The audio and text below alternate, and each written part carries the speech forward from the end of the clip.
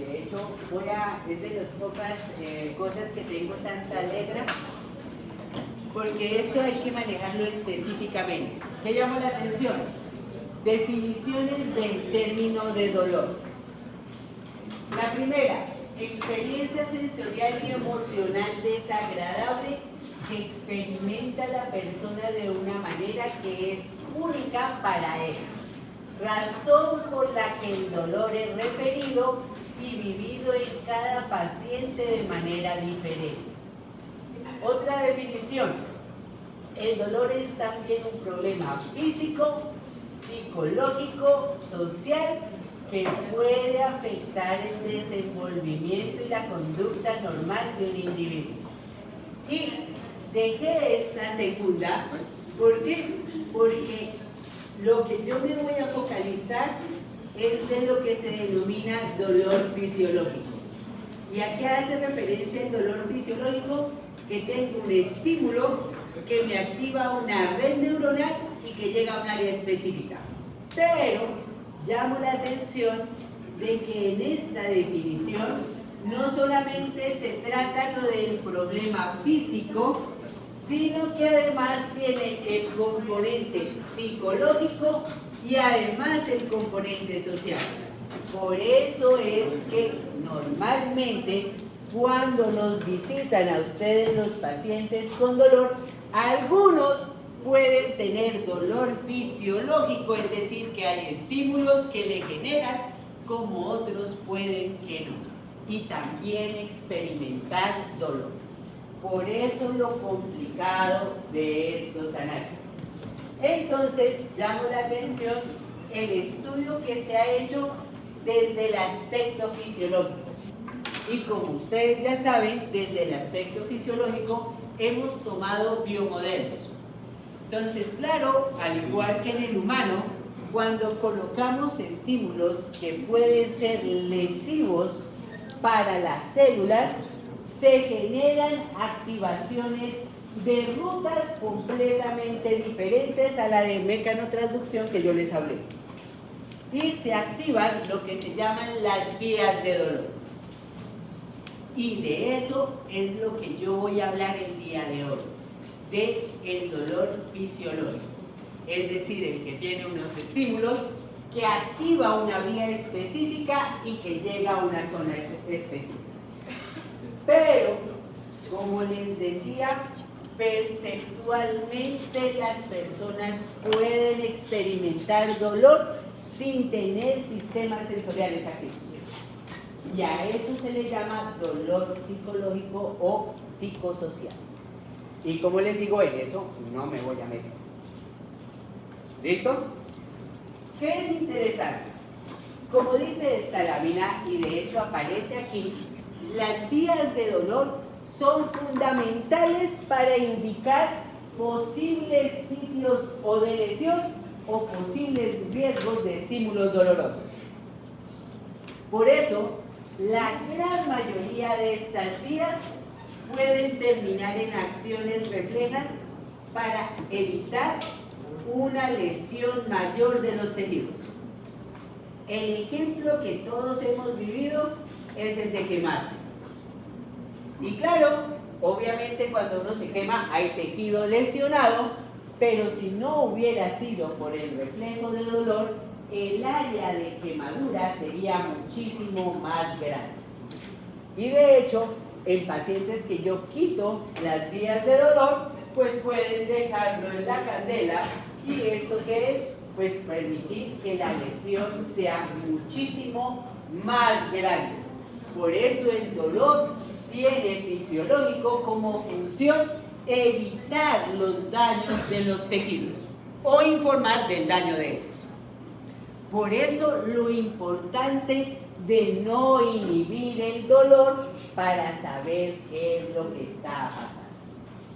Ahora, ¿qué es lo complejo? Si ustedes se fijan, al igual que pasa con los mecanotransductores de tacto y propiocepción, los de dolor están juntos a los de temperatura. Entonces, propiocepción y tacto viajan juntos.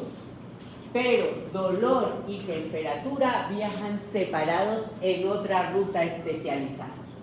Por eso, cada una de estas sensaciones tiene un rumbo diferente, una llegada a tálamo diferente, y ahí vamos a ver a corteza qué hace.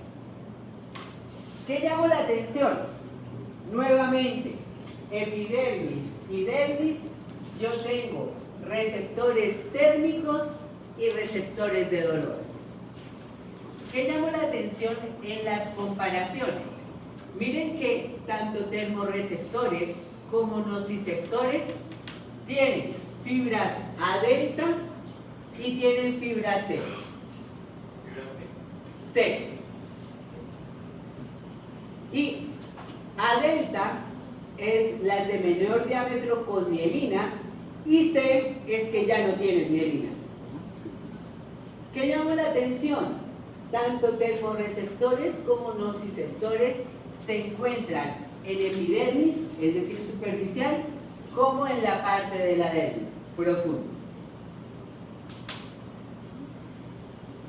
Pero, y además, tenemos terminales de termorreceptores y de nociceptores en el músculo esquelético y también en los tendones y ligamentos. Entonces, como les decía, claro, si yo rompo el tendón, duele porque tenemos terminales libres ahí. Si yo rompo el ligamento, también duele porque tenemos terminales sensoriales ahí. ¿Qué es lo llamativo? Entonces, tenemos terminales libres tanto en toda la piel como en todas las estructuras musculares y ligamentosas. ¿Qué llamó la atención? Miren que acá empieza la separación. ¿Por qué? Porque no son solamente otros tipos de neuronas que llevan la información, sino que además todas estas son terminales libres. Es decir, que la parte del primer nervio periférico está completamente descubierto. ¿Qué llamó la atención?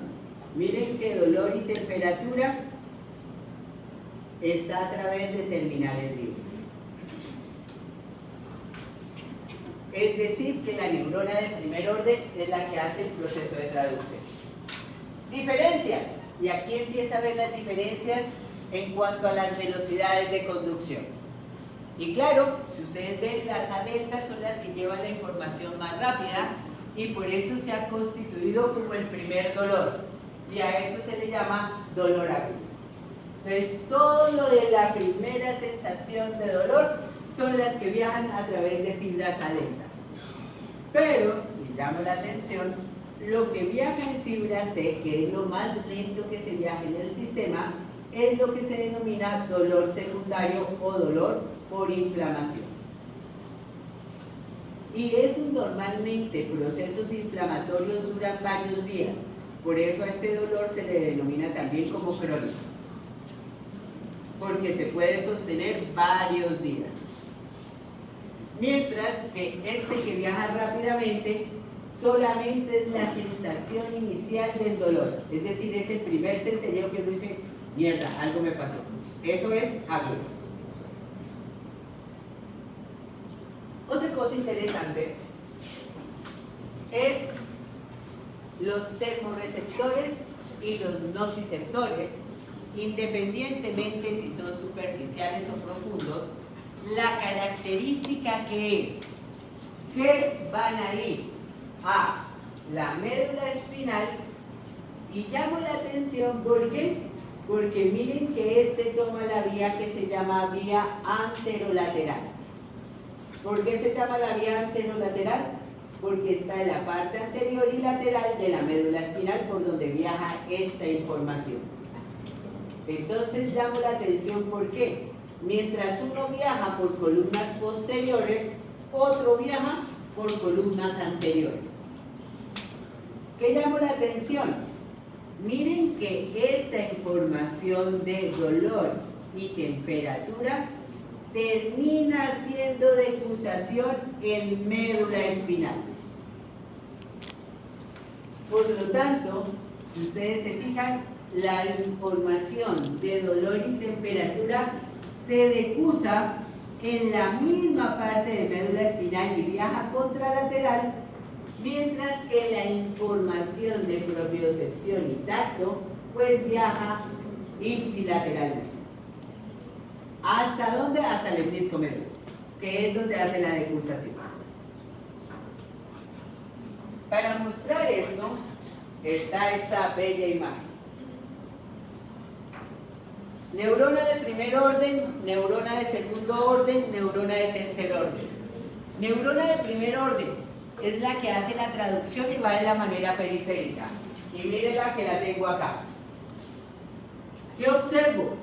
Miren que la neurona, tanto A delta como C, hacen sinapsis en médula espinal, la cual la neurona de segundo orden va, hace decusación y en la parte anterior forma el fascículo que me va a llevar la información hasta acá.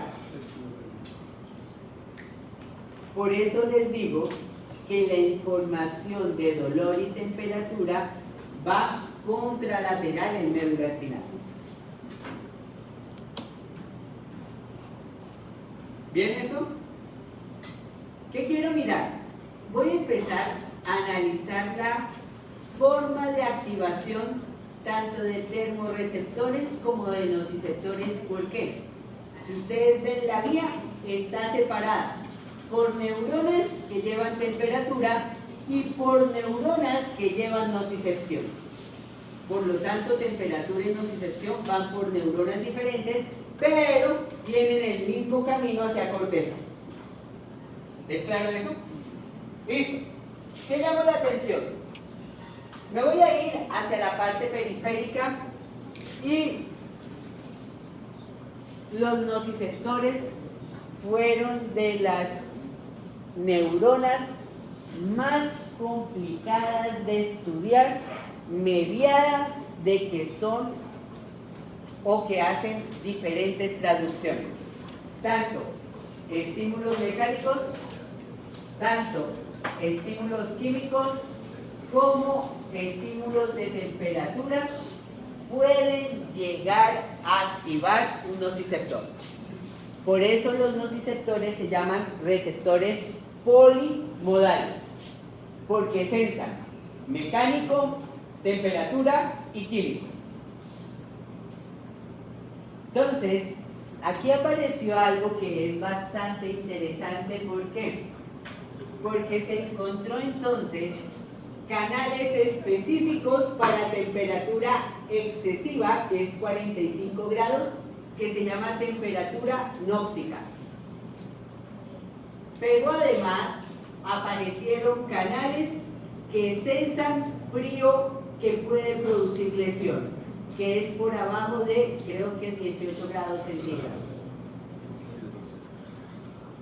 ¿Qué llama la atención? No solamente temperaturas extremas activan los nociceptores, sino también estimulaciones mecánicas. Entonces se encontró los pisos. De hecho, esta cosa tiene piso también. Pero aparte de recepcionar temperaturas extremas, calor y frío, y estímulos mecánicos, también tenemos estímulos químicos como los ácidos que pueden activar directamente los nociceptores.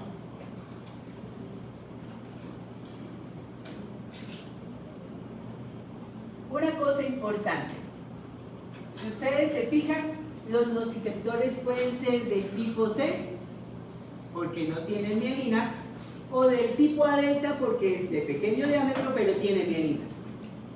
¿Qué quiero llamar la atención? Hemos dicho que los A delta son los que miden el dolor agudo. ¿Por qué llamo la atención? Porque se ha encontrado que esas aferentes A delta tienen gran cantidad de receptores de calor nóxico como receptores piso para recepción de estímulos mecánicos. Por eso tanto el calor extremo como los golpes pueden generar rápidamente una información de dolor.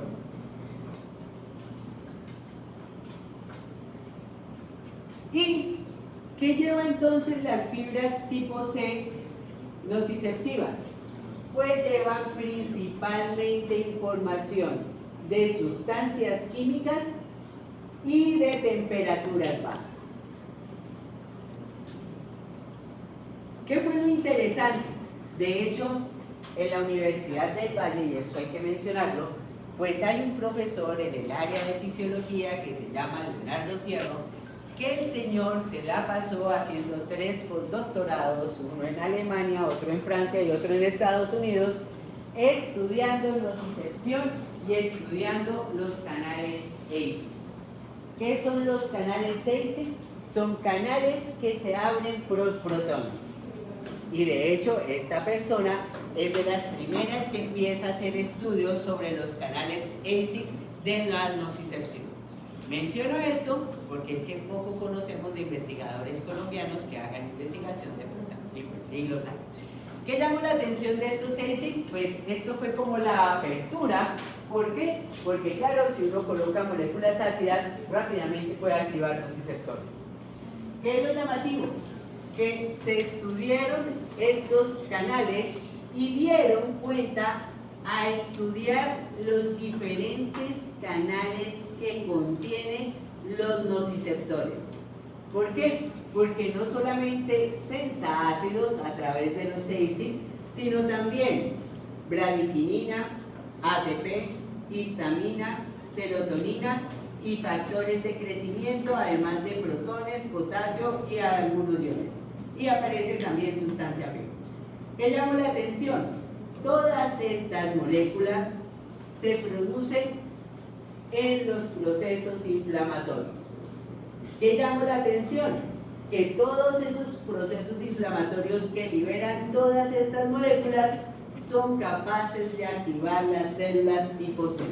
Por eso se menciona que el dolor crónico o por procesos inflamatorios es mediada por células C. ¿Vamos bien? Interesante. ¿Qué se hizo? Pues la forma de estudiar nociceptores, bueno, hay varias formas. Modelo in vivo. El modelo in vivo lo que puedo hacer, colocarle, aislarle al individuo, dejarlo quieto con una pata estirada y colocarle temperaturas que vaya incrementando. Y cuando retire la pata, pues yo digo que tiene dolor. Esto se llama subjetivo por retirar la pata. ¿Qué otra forma tengo? No solamente puedo colocar temperaturas, sino puedo colocar presiones de diferente índole y esperar a que retire la pata. ¿Qué otra cosa puedo hacer? De hecho, se puede colocar en biomodelos placas para que cambie la temperatura. ¿Y yo qué evalúo? ¿Qué tanto va caminando? ¿Cómo cambia su comportamiento motor? Normalmente cuando experimentan dolor, se levantan en 2 patas para tratar de escapar. Pues todo esto se ha hecho en modelos animales. Por eso obviamente, y acá yo siempre lo digo, los investigamos con animales, no es que decimos que no tienen sistemas sensitivos. No, de hecho, los evaluamos porque tienen los sistemas sensitivos, pero que no podemos evaluar en humanos porque éticamente no es viable. Pero en biomodelos sí se puede. ¿Listo? ¿Qué otra cosa se puede hacer? De hecho, ¿qué hacía Leonardo? Leonardo lo que hacía era extraer los ganglios de la raíz dorsal para tener los somas de las neuronas de primer orden. ¿Por qué? Porque en el soma se expresaban canales que también en la periferia. Entonces, si yo puedo coger el soma, pues puedo llegar a analizar qué canales tenían en la periferia. Eso es lo que él hacía. Entonces, ¿qué llamo la atención? Pues con la neurona de primer orden, ¿qué hago? Coloco estímulo y miro si genera o no genera potenciales de acción. ¿Listo? ¿Qué llamo la atención de todo esto? Neurona de primer orden, y miren que hace decruzación en médula espinal para irse por el lado contralateral a las astas anteriores laterales. Y va hacia tálamo. ¿Qué observo? Aparecieron lo que fueron las moléculas que se denominaron endógenas. ¿Por qué? Porque cuando yo lesiono un tejido, esas células que se lesionaron liberan estas moléculas. Por eso se llaman moléculas endógenas. ¿Qué observo? ATP, protones, serotonina, esto es peróxido de lípidos, bradicininas y prostaglandinas, todos pueden activar los nociceptores tipo C. Y llama la atención, ¿por qué? Porque en este primer estudio estudiaron los tejidos dañados y las moléculas que liberaban. Pero, y llamo la atención, en todo proceso de daño celular aparecen las células inmunes. Y llamo la atención, ¿por qué?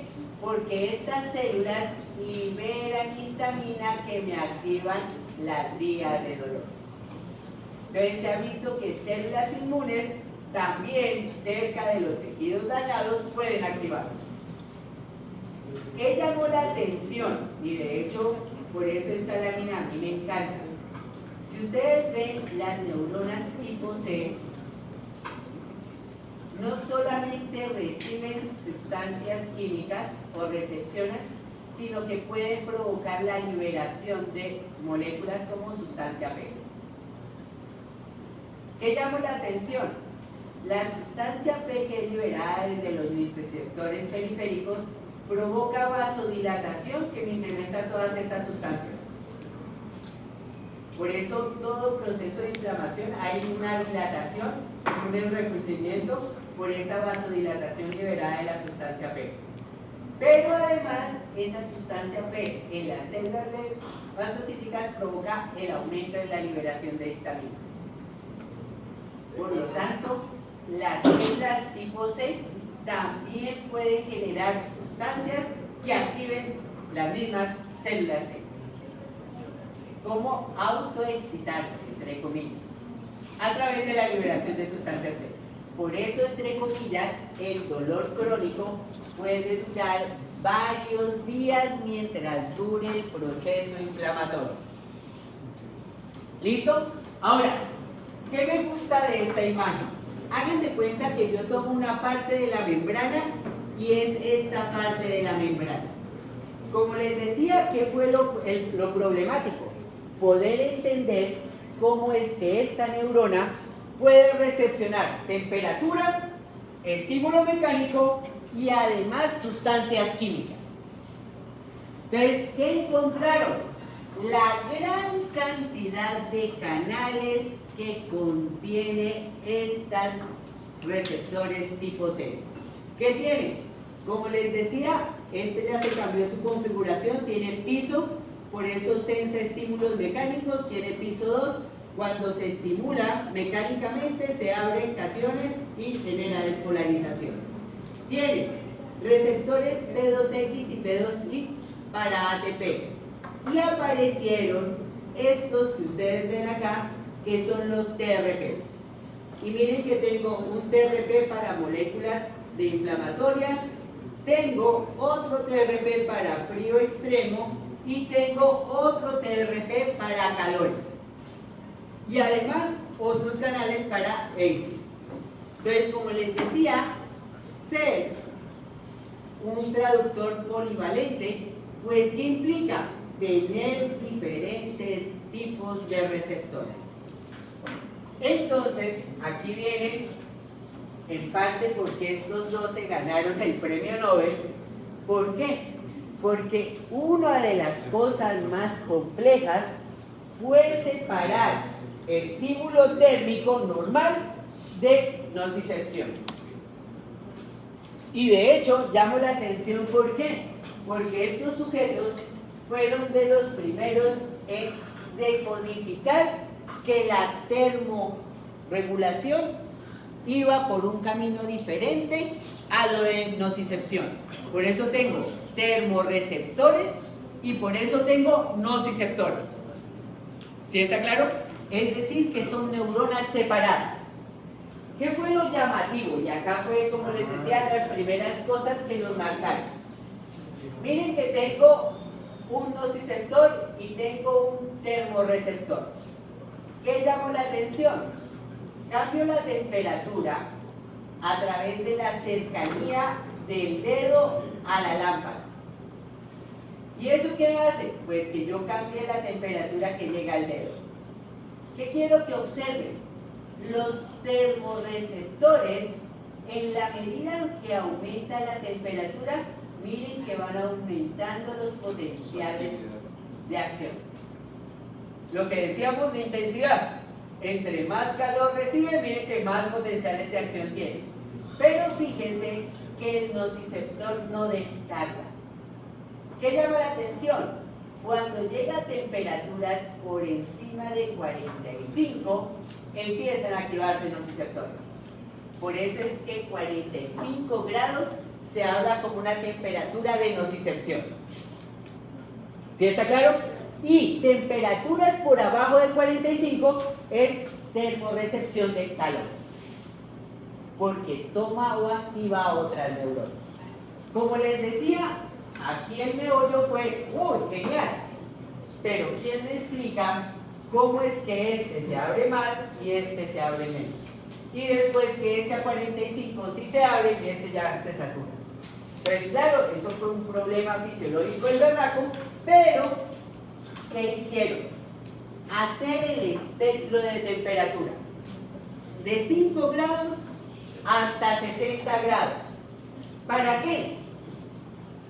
Temperatura de frío de dolor. Y miren que por debajo de 15 grados empiezan a activarse los nociceptores de frío. ¿Qué más observo? Termorreceptores de frío. Y miren que los termorreceptores de frío van desde 15 hasta casi 45 grados. ¿Qué tengo? Termorreceptores de calor, que sensan principalmente desde 30 hasta casi 50 grados. Y después, miren el último, nociceptores de calor, que van por encima de 45 grados. Y esto que ustedes ven aquí, ¿qué es? Que incrementa la cantidad de potenciales de acción en la medida que siga aumentando la temperatura. ¿Qué quiero que vean? Fíjense que si yo sigo aumentando la temperatura, el único receptor que me queda activo no es el de calor térmico, sino el de dolor.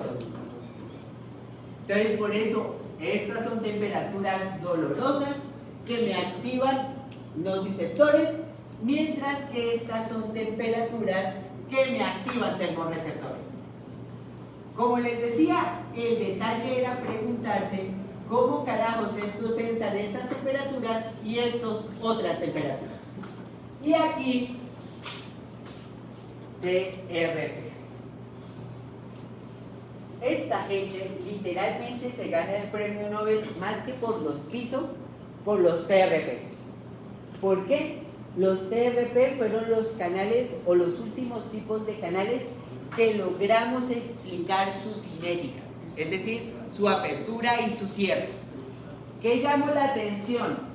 La gran cantidad de familias de TRP. Entonces, llamó la atención TRP A, TRP M, TRP C, TRP B, TRP B1, B2, B3, B4. ¿Por qué tantos? Porque tenemos muchas isoformas del canal TRP y cada isoforma puede tener puntos de apertura diferentes por cambiar algunos aminoácidos. Entonces, por eso tenemos mucho, pero tienen que especialidad. Por eso, si ustedes ven, el TRP se repiten todos, pero ¿qué cambia? El B4, B1, o el M, o el A, o el lo que sea. Esas son las isoformas. ¿Qué llama la atención? Gana el premio Nobel porque encuentran este TRPA1, que es el que se activa cuando las temperaturas bajan a 17 grados. Y es este canal específico el de su apertura.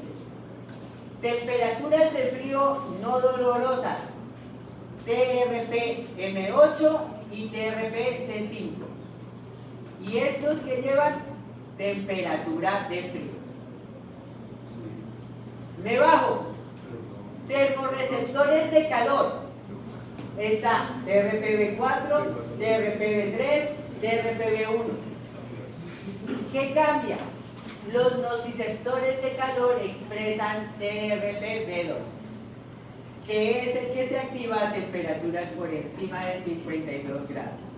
Entonces, ¿a qué voy? Pues realmente todas las investigaciones de estas dos personas en sus últimos 25 años fue clonar todos estos canales para encontrar las diferencias y hacer la expresión en células y después ponerlas unicelular. Entonces, por eso, como les decía, ¿qué quiero llamar la atención? Si ustedes ven, todos los TRP son igualitos al piso. ¿En qué hago referencia? Si se abren, mueven cationes.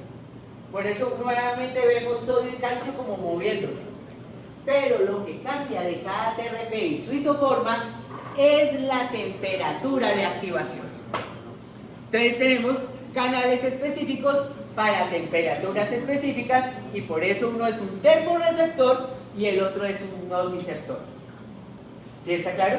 Entonces, claro, los nociceptores que expresan el de frío, TRPA1, y el de calor, TRPV2. Y los termorreceptores que expresan TRPV8 y TRPV6,5 para frío, y TRPV1, 3 y 4 para temperatura de calor. Pero entonces ahí son neuronas diferentes.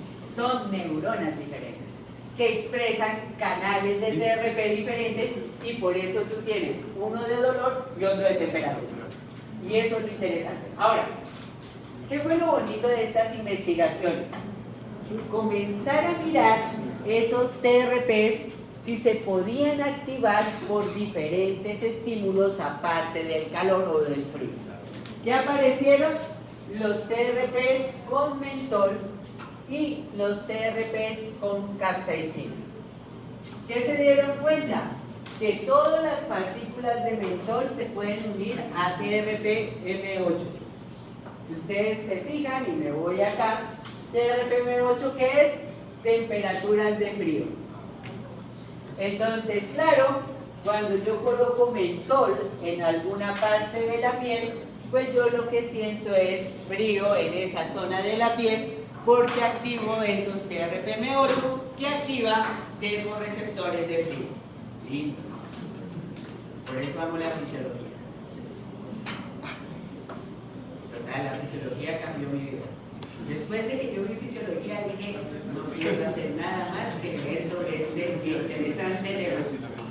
Y menos mal lo pude hacer. Ojalá que a ustedes también les pase en su vida, que encuentren un tema que les fascine y se queden en ellos en ese tema. Bueno, ¿qué llama la atención? Capsaicina. Este es otro que me gusta mucho porque, pues como ustedes ven, aparecen lo que son los programas y con esto de las alitas picantes pues fue algo bastante interesante.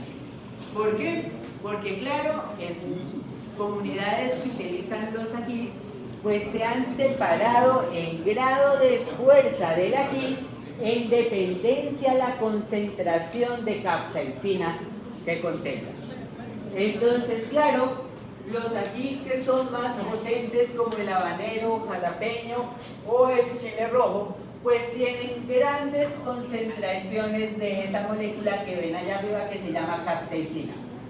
¿Qué es interesante?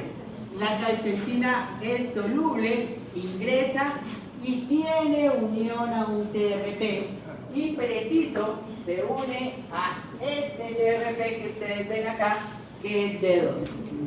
Por eso, siempre los estímulos de aquí terminan mandando como receptor de calor doloroso.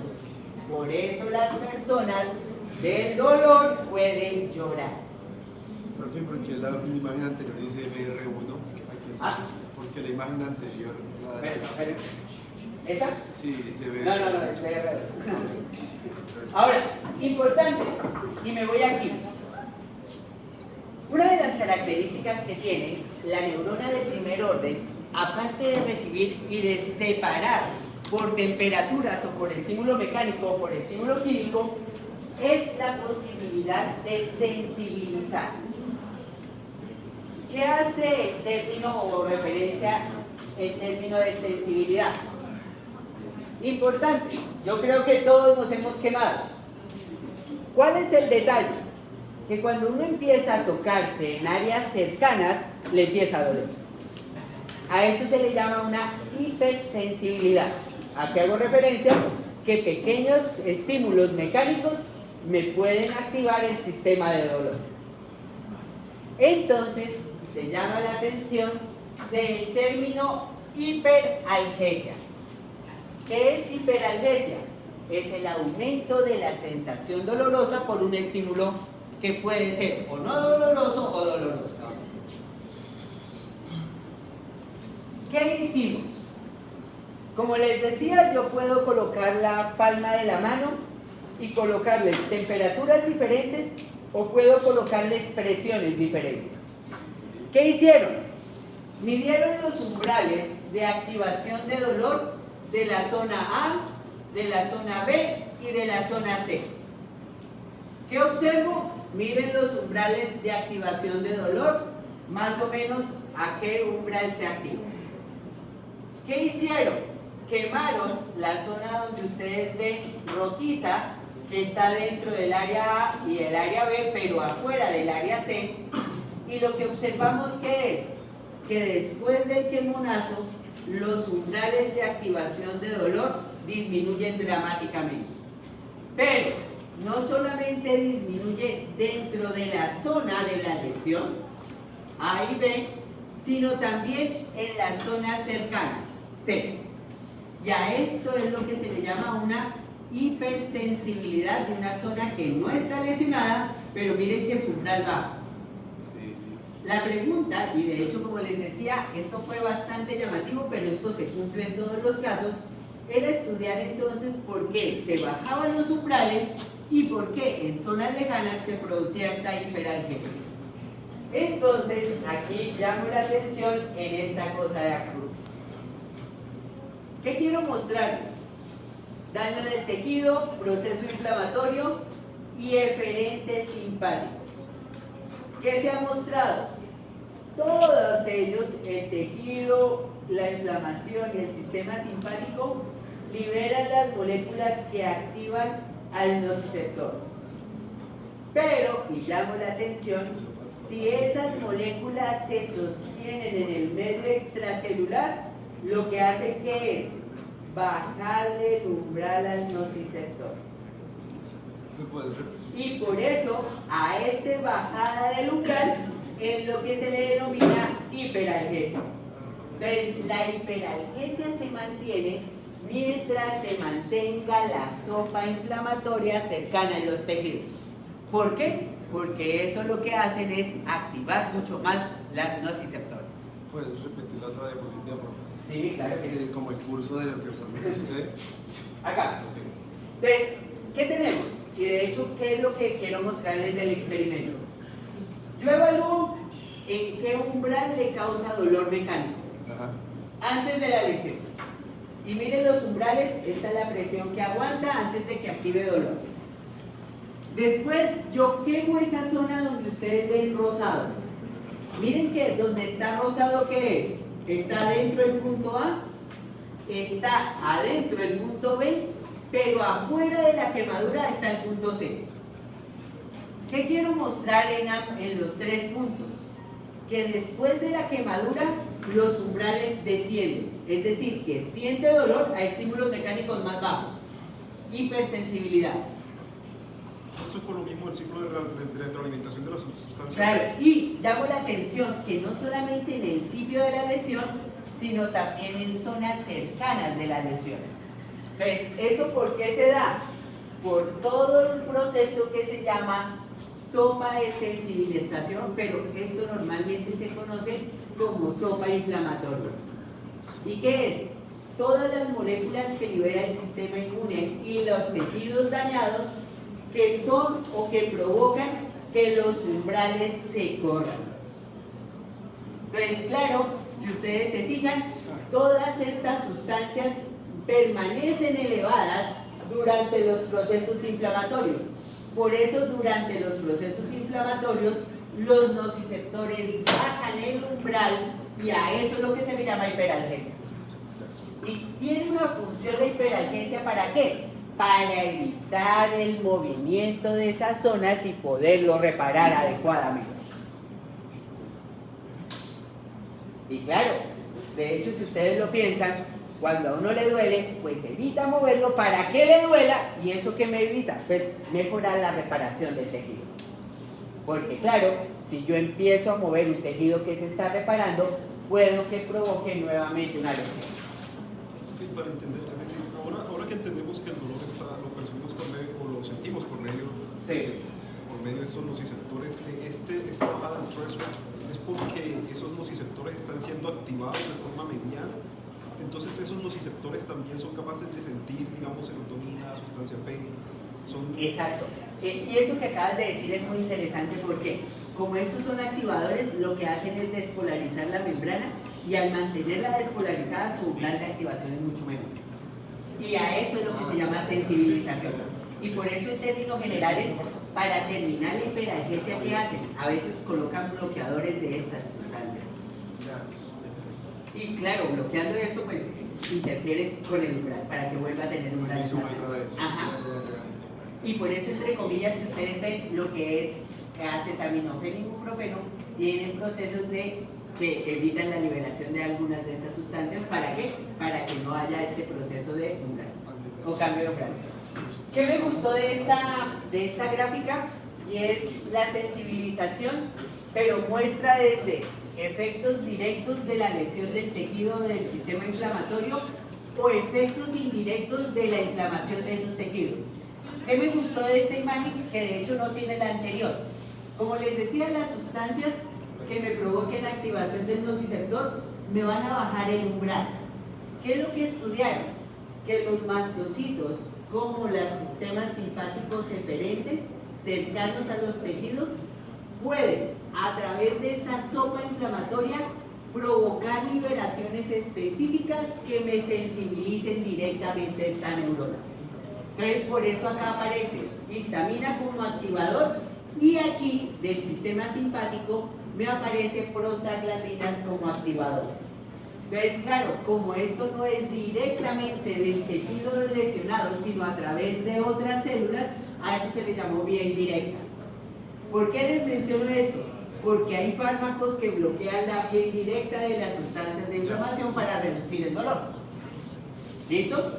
Para que lo tengan presente. Profe, ¿ese nociceptor qué sería? ¿A delta o sería C? Sí. ¿Por qué? Porque está con sustancias químicas.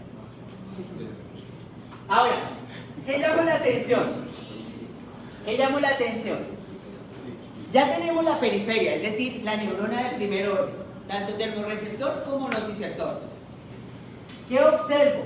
Como les decía, ¿hacia dónde va? Y miren que a dónde va es lámina 1 y lámina 2. Observo. ¿Qué voy? Fibras A delta y C. Si ustedes ven fibras A delta y C, llegan a lámina 1 y lámina 2 de la parte posterior. ¿Por qué hago mención de esto? Porque en la lámina 1 y lámina 2 es que yo tengo esta cosa de acá, que es la sinapsis entre la neurona de primer orden y la neurona de segundo orden.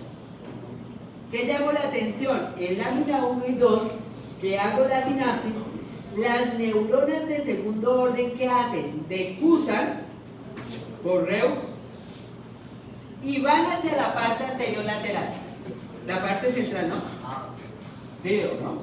Que es la lámina 10. Sí. ¿Sí o no? Sí. Si estoy equivocado, por favor, corríjame porque yo hace rato no veo neurona. He visto neurofisiología. No sabemos que se llamaba así, pero sí. La lámina 10 es la parte convisurante del centro, sí. Y por eso tiene que pasar para la decusación por esa lámina. ¿Qué es interesante? Miren que toda la información viaja contralateralmente en médula espinal.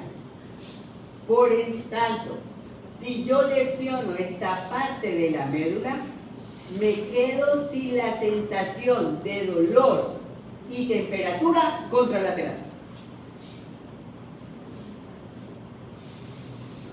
Se lo repito porque es importante neurológicamente para la ubicación de la lesión en el paciente. Si yo lesiono, hago una misección del lado derecho de la médula, me quedo sin temperatura y dolor del lado contrario. ¿Por qué? Porque la neurona de segundo orden hace decusación y se va contralateralmente. Eso sería espinotalar. ¿Sí está claro esto? Ahora, ¿qué quiero que observen? Miren que el bulbo raquídeo deja algo y sigo mirando y lleva la información, la neurona de segundo orden, a tálamo. ¿Qué núcleos? Ventrobasal y medial. Importante. Si ustedes ven, antes hablábamos de los tractos gracilis y cuneatus. ¿Aquí de qué tractos hablamos? Tracto espinotalámico lateral y espinotalámico ventral. El ventral es el mismo anterior, ¿cierto? Ese tiene información de dolor y temperatura también. Dolor y temperatura, ambos. Tanto lateral como ventral llevan dolor y temperatura. Lo que pasa es que cambia el sitio de ubicación de la que lleva. Ya te lo voy a mostrar.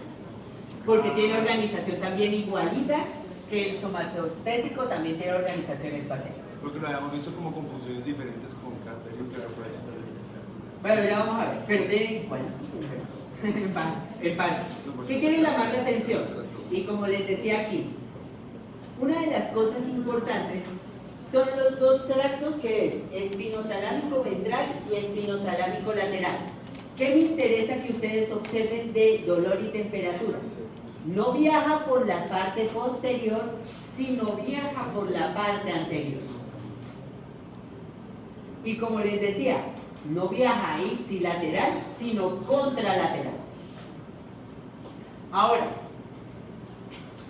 tracto anterolateral, medial y lateral. ¿Cuáles son las grandes discrepancias entre estos? Pues de dónde viene la información de dolor y temperatura. Entonces, si ustedes se fijan, hacia la parte medial está todo lo que es cuello y cara, bueno, cuello y parte superior de el tronco. Y miren que hacia las partes laterales, pues ya voy hacia la parte de lo que es miembros superiores y después hacia la lateral, miembros inferiores. Por lo tanto, voy desde la parte de cara y músculo hasta la parte de piernas y periteo. Es que aquí vemos que estamos ubicándonos en sustancia blanca, pero en la otra imagen parece como si fuera la gris. No sé, pues. Es que una cosa importante, acuérdate que en la sinapsis se hace en esta parte, pero las vías viajan por acá. Entonces, igual, entre comillas, con gracilis y cuneatus tenemos sinapsis, no, sino que estas neuronas viajan, entran por aquí y su parte toma la parte posterior. ¿Listo? Por eso ahora voy en esta parte porque es la parte del trayecto. ¿Listo? Por eso, entonces, eso explica por qué cuando, por ejemplo, nosotros sufrimos como, por ejemplo, un infarto, nunca el dolor es específicamente en la víscera, sino en zonas asociadas. Ya voy a ir a eso porque, claro, hay lo que se llama el dolor referido. Eso. Y el dolor referido, ¿qué hace referencia? Las vísceras pueden tener una llegada en médula espinal específica que uno lo asocia a una parte externa del cuerpo. Entonces, por eso, normalmente cuando uno tiene isquemia cardíaca, uno tiene un dolor en la parte del brazo, del lado izquierdo, pero es dolor referido. ¿Puedes repetir eso? Sí, ahorita lo voy a mostrar, de hecho, porque tiene una confusión sobre eso. Pero me voy a ir por la vía primero, ¿listo? Sí, sí. Entonces, ¿qué quiere llamar la atención? Teníamos lateral y ventral. Claro, ¿por qué? Porque en la parte ventral viene lo de miembro superior, la lateral viene lo de miembro inferior. ¿Van conmigo? Pero todas llevan dolor y temperatura. Lo que pasa es que cambia es la región que la lleva, de donde la lleva. Ahora, ¿qué llamó la atención? Miren que esa vía anterolateral o anteroreticular me va hasta el tálamo. ¿Qué llama la atención? del núcleo, tanto lateral posterior como el núcleo central lateral, llevan información a la corteza somatosensorial 312. ¿Y por qué? Porque esa es la vía para poder ubicar dolor. Ah, claro, a mí me duele la parte del dedo. Pues para poder decir eso, tiene que llegar esa información al músculo motor 312, un músculo sensitivo. ¿Qué llama la atención de esta cosa? Si ustedes se fijan, no solamente lleva información hacia el tálamo, hacia la corteza, sino que esta cosa deja información en bulbo raquídeo e información en protuberancia. Y en ambos activa la formación reticular. Tranquilos. Entonces, ¿qué quiero que observen? La vía que me permite la ubicación del dolor. Y miren qué hago. Decusación, me voy por las anteroespinales y termino en tálamo. Y de tálamo a 312. Con eso ubico. Pero, además de hacer esa vía, miren que esas neuronas de segundo orden pueden dejar información en la formación reticular en tallo cerebral. A eso se le llama terminaciones espinoreticulares. Pero además, y llamo la atención, puedo tener también una red que me lleve hacia la sustancia gris pericoeductal de lo que es mesencéfalo. A eso se le llama espinomesencefálicas. Ahora, ¿cuál es el detalle? Y no se vayan a estresar. Voy con nocicepción y termorrecepción. Llego a formación reticular. Llamo la atención. Todos los cambios del estado de vigilia y alerta se dan por la información que llega a las porciones reticulares. Entonces, claro, yo puedo modificar el estado anímico de una persona con situación de dolor. Y eso es mediado por la información que el nociceptor lleva hacia la formación reticular. Y dos, sigo mirando y observamos que desde el tálamo puede mandar información hacia lo que es hipotálamo. Eso es lo que genera la respuesta de estrés ante dolor. Además del tálamo puede ir al sistema límbico, que le da lo que es la parte emocional del dolor. Y por último, pues como les decía, del tálamo a la corteza somatosensorial. Me llama la atención porque esa es la parte de localización. Entonces, como ustedes ven, el dolor no solamente se percibe, sino que activa varias áreas cerebrales que le dan la parte emocional, la parte de estrés y el cambio en parámetros de alerta. ¿Listo? Sí. Detallitos.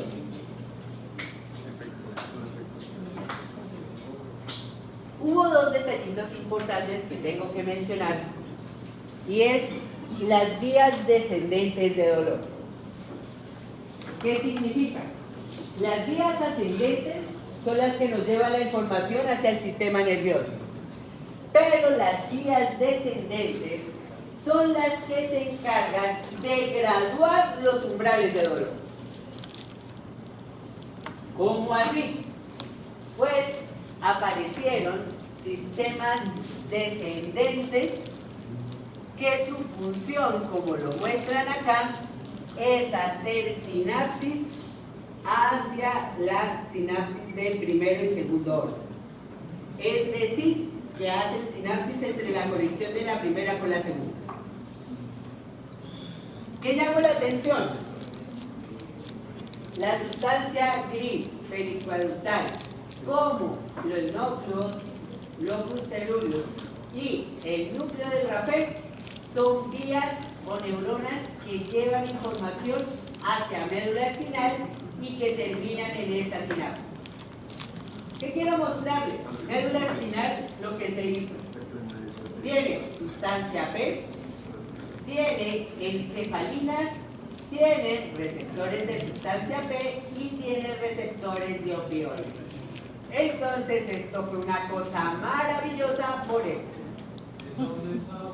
En médula espinal, ¿qué estamos siguiendo? La vía sube, pero deja en formación reticular y en sustancia gris pericoeductal, que es en mesencéfalo y en bulbo y en protuberancia, información. Esa información que hace, activa neuronas que bajan hacia la primera sinapsis.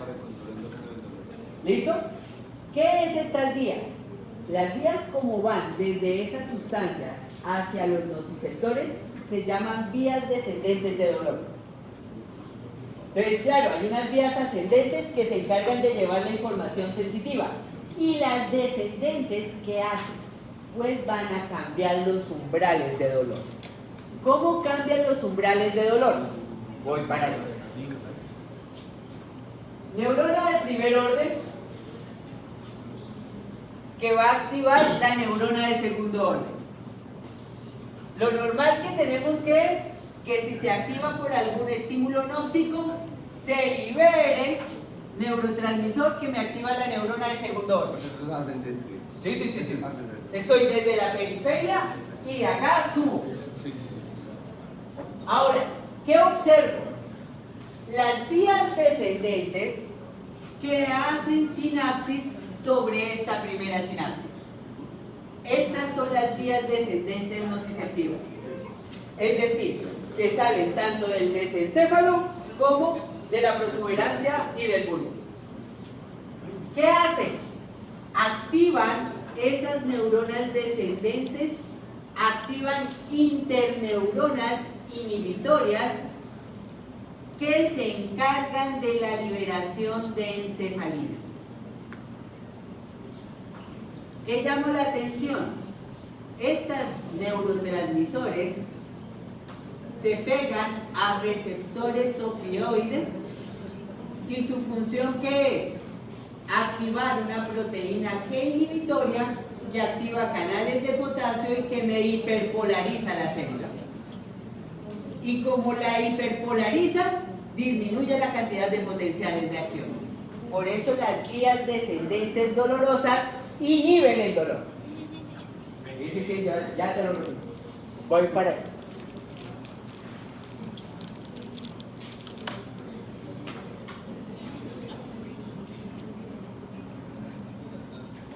Me voy para aquí. ¿Esto qué es?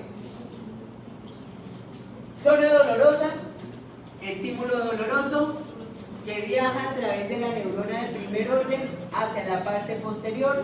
En lámina 1 y 2 hace la sinapsis con la neurona de segundo orden que hace decusación y sube y deja el tallo y el mesencéfalo información. Esa información va a ¿qué? A activar neuronas que llevan información hacia la parte de la interacción. Estas son las vías descendentes nociceptivas. ¿Qué hacen las vías descendentes nociceptivas? Cuando se activan estas áreas, se activan estas neuronas que terminan activando estas interneuronas que se llaman inhibitorias. Entonces llamo la atención, ¿por qué? Ejemplo, yo me golpeo con un martillo, obviamente me da la sensación de dolor, yo empiezo a sobarme y después me queda un dolor crónico. Pero si ustedes se dan cuenta, después ese dolor crónico a uno se le olvida y por eso después coloca la mano y después se acuerda otra vez que hay dolor. Entonces la pregunta del millón es ¿por qué se le olvida a uno que hay dolor? Y no es que se le olvide que hay dolor, es que hay vías descendentes que pueden liberar encefalinas y provocar que los umbrales de activación de dolor sean mayores. Eso es un refinamiento. Entonces, mientras que las sustancias inflamatorias me bajan el umbral, las sustancias de vías descendentes me aumentan el umbral. Es que estoy recordando como Sí. el locus coeruleus como el mayor productor de noradrenalina y a los núcleos de Rafe serotonina. Entonces, estas neurotransmisores funcionan como productores de encefalinas. Lo que pasa es que una cosa importante, estos activan neuronas que dentro de su parte periférica son glutamatéricas y activan interneuronas inhibitorias. Es decir, que la red neuronal termina activando aquí la interneurona inhibitoria, que es esta que aparece aquí. ¿Qué es la que libera? Ajá, ¿y esta dónde está? En médula espinal. Es decir, que lo que hacen que es descender para activar estas interneuronas para que terminen liberando esto. ¿Qué quiero mostrarles? Cuando las vías descendentes activan las interneuronas inhibitorias, liberan encefalinas y, como les decía, ¿qué provoca? Que el receptor de la neurona de segundo orden, su umbral aumenta, porque eso se vuelve más negativo. Es decir, que inhibe la información de dolor. Ahora, ¿qué llama la atención? Miren que estas mismas encefalinas pueden ir a la neurona de primer orden y provocar también la activación de proteína G inhibitoria que me inhibe canales de calcio. ¿Para qué? Evitar la liberación de neurotransmisores. Por eso las encefalinas son potentes inhibidores de la señal de dolor y por eso se utilizan opiácidos para la inhibición del dolor. Y claro, los opiácidos son de las sustancias que más bloquean el dolor. ¿Por qué? Porque terminan tanto inhibiendo la neurona de segundo orden como inhibiendo la liberación del neurotransmisor del primer orden. ¿Listo? Y de hecho llama la atención porque lo que tú mencionabas, que me parece bastante interesante, es norepinefrina y serotonina de los sitios principales del núcleo de Rafe y formación reticular, activando las interneuronas que me terminan bloqueando la interacción entre la primera y la segunda. ¿Sí ven? ¿Qué llamó la atención? Sin presencia de encefalinas, pues la señal es grande. Cuando coloco encefalinas, miren que la señal se cae. Y por eso entonces, entre comillas, este sistema de las encefalinas es un sistema que me regula los umbrales de dolor. Ahora, lo último que quiero llegar es esto que ven aquí. Bueno, dos cosas me quedan: dolor referido y teoría de compuerta. ¿Qué quiero llamar la atención? Si ustedes se fijan, aparece lo que les mencionaba en una primera clase, que es que cuando tengo información de dolor, yo puedo disminuirla si comienzo a usar el tacto. Y a eso se le llamó teoría de compuerta. ¿Qué era? Y acá empieza como a desenvolverse. Una de las cosas es que nocicepción viaja por fibra C, mientras que mecanorrecepción por fibras A beta. ¿Qué sentido tiene que la dolor sea más lento? Velocidad, velocidad. Este más lento, este más rápido. ¿Cierto? Sí. ¿Qué quiero llamar la atención? Cada uno tiene un rumbo diferente. Este se va para la parte anterior, este se va para la parte posterior, pero ambos llegan a médula espinal. ¿Qué se conoce? Que estas interneuronas que liberan encefalinas tienen contacto también con las aferentes a beta. Entonces, cuando yo estimulo a beta, ¿qué hace? Se activan las interneuronas y me inhibe el dolor, pero cuando quito eso, pues quito esta inhibición y aparece el umbral. Por eso la importancia de la velocidad, porque si no viajaran primero, no podrían activar al inhibidor primeramente. Entonces, por eso la teoría de la compuerta completamente funciona. ¿Por qué?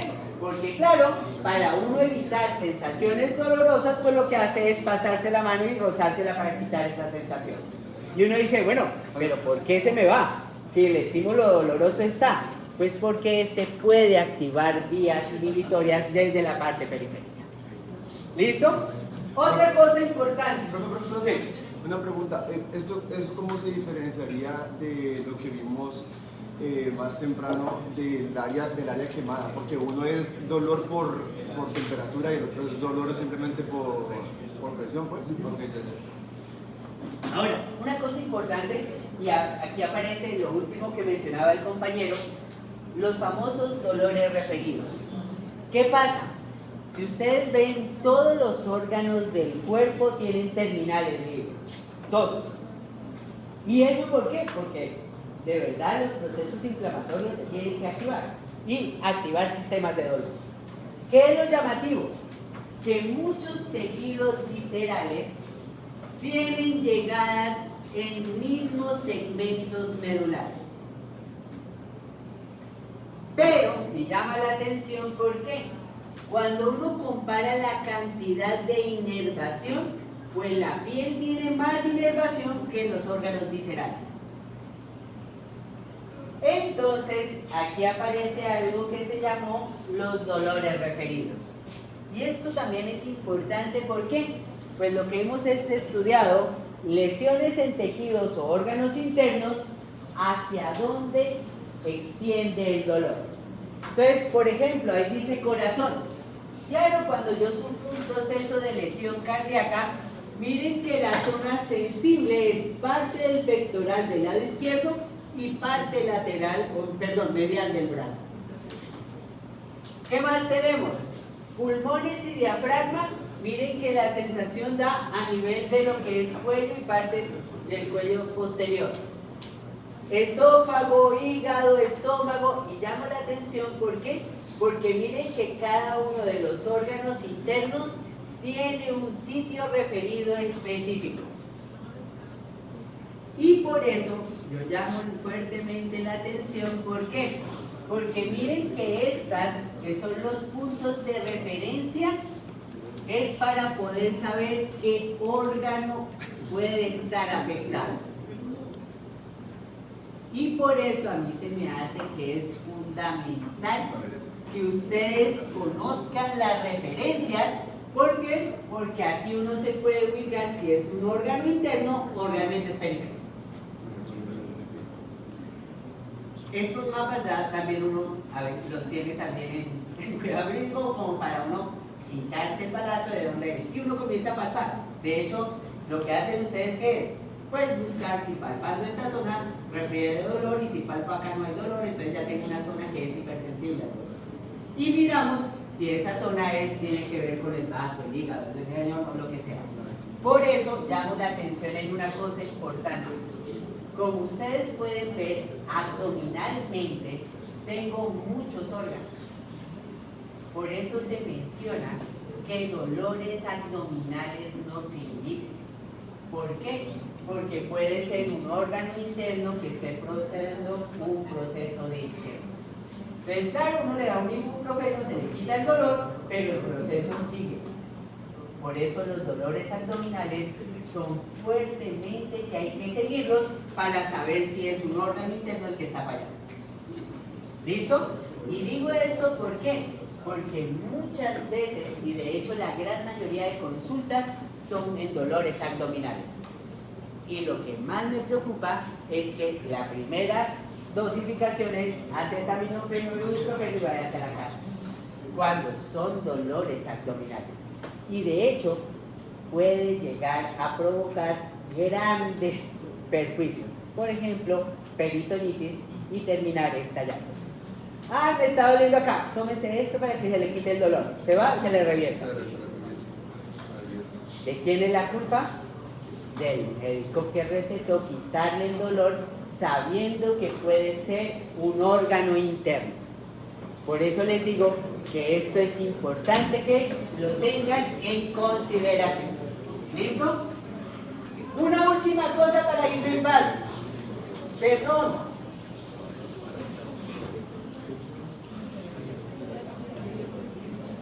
Hay algo que no he hablado, pero que ustedes van a vivir. ¿Qué es que ustedes van a vivir? Que estímulos que no sean no dolorosos provoquen dolor. Y de hecho esto no se llama hiperalgesia o hipersensibilidad. ¿Por qué? Porque como les digo, son estímulos completamente diferentes los que pueden generar una percepción de dolor. Como esto es anormal, y de hecho les voy a mencionar el caso donde se estudió esto, es en amputaciones. ¿Qué hacen? En amputaciones cortan un segmento y por ende queda una ramificación o la parte de la neurona por ahí suelta.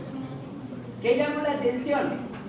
Colocamos estímulos que son de tacto y el sujeto los puede percibir como dolor.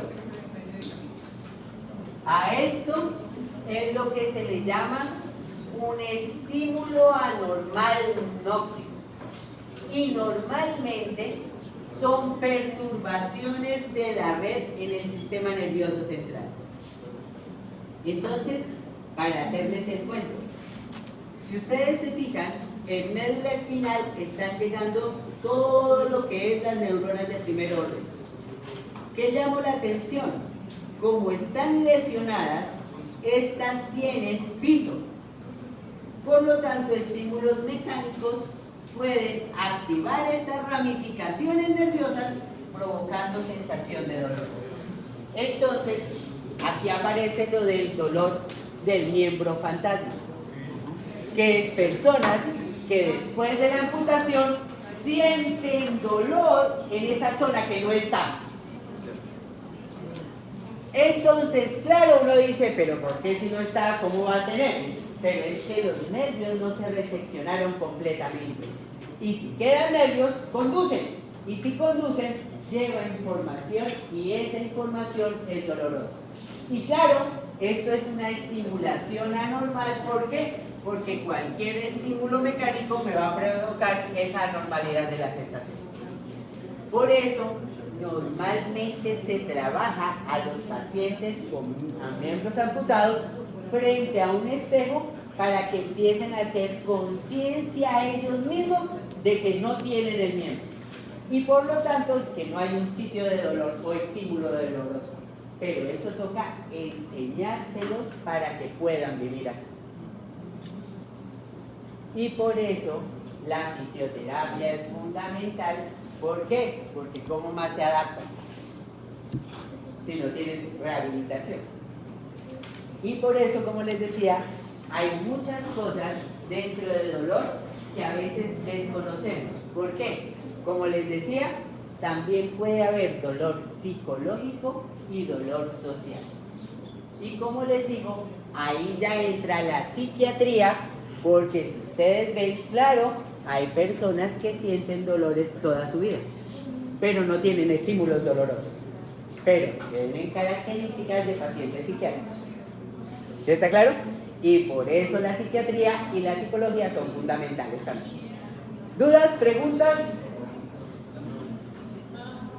Mañana, como ya estoy en mecanorrecepción, no me quiero pasar a fotorrecepción. Por lo tanto, mañana voy a hacer audición y equilibrio. ¿Listo? Hoy les monto el tema y ahí se los montó. Y hoy les monto